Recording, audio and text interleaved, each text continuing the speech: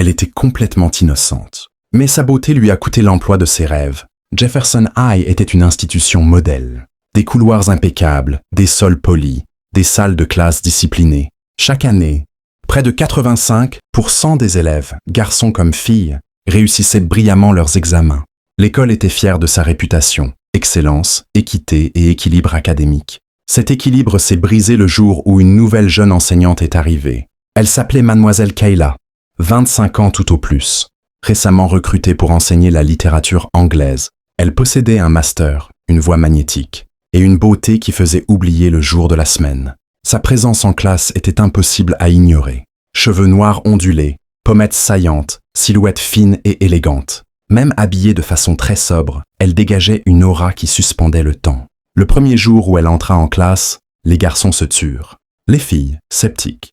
Mais c'est lorsqu'elle commença à écrire au tableau, sa main glissant sur l'ardoise, sa taille captant la lumière, que l'obsession naquit. Les chuchotements grandirent. « On dirait une actrice », murmura quelqu'un. « Ah, c'est vraiment notre prof », s'étonna un garçon.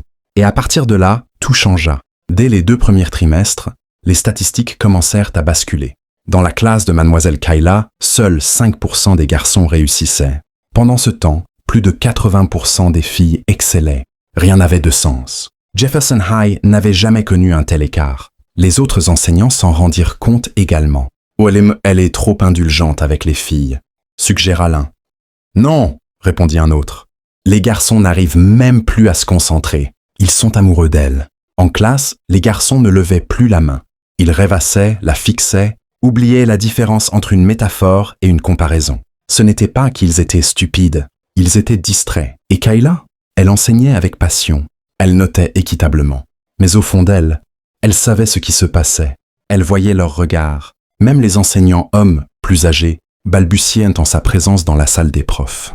Mais elle se répétait. « Ce n'est pas ma faute, je fais simplement mon travail. » Puis vinrent les rumeurs. « Oh, elle sait très bien ce qu'elle fait. » Elle se penche exprès quand elle écrit au tableau, juste pour les provoquer. Regarde sa démarche. Elle les envoûte. Dans les toilettes des filles, la jalousie prit le dessus. « Elle nous rend invisibles », chuchota une élève. Tous les garçons de cette école sont obsédés par elle.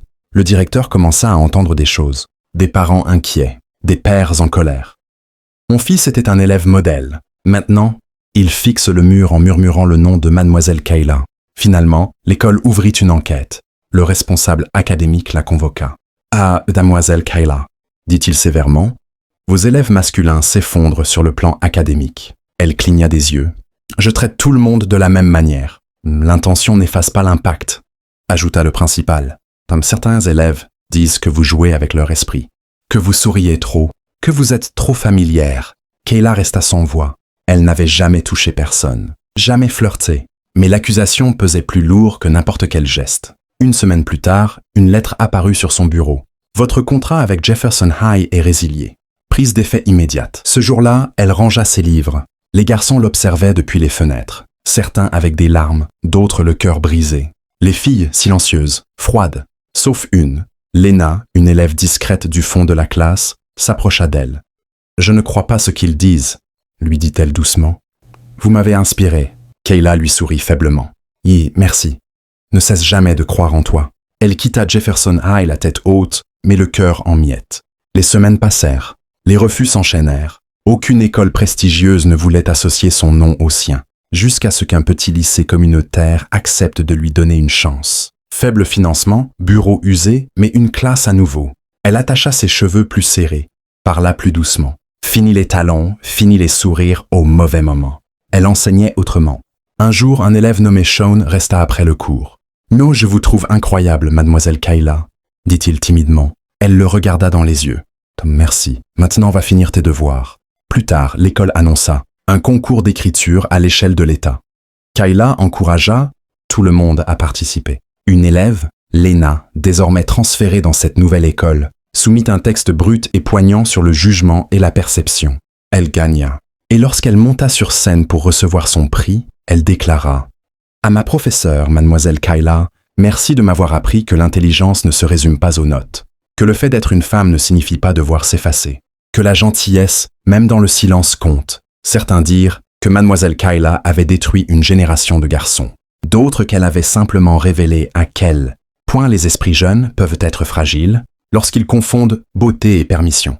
Mais la vérité, Kayla n'avait jamais franchi de ligne, ni avec ses mots, ni avec ses gestes. Elle existait simplement dans un monde qui n'était pas prêt pour elle.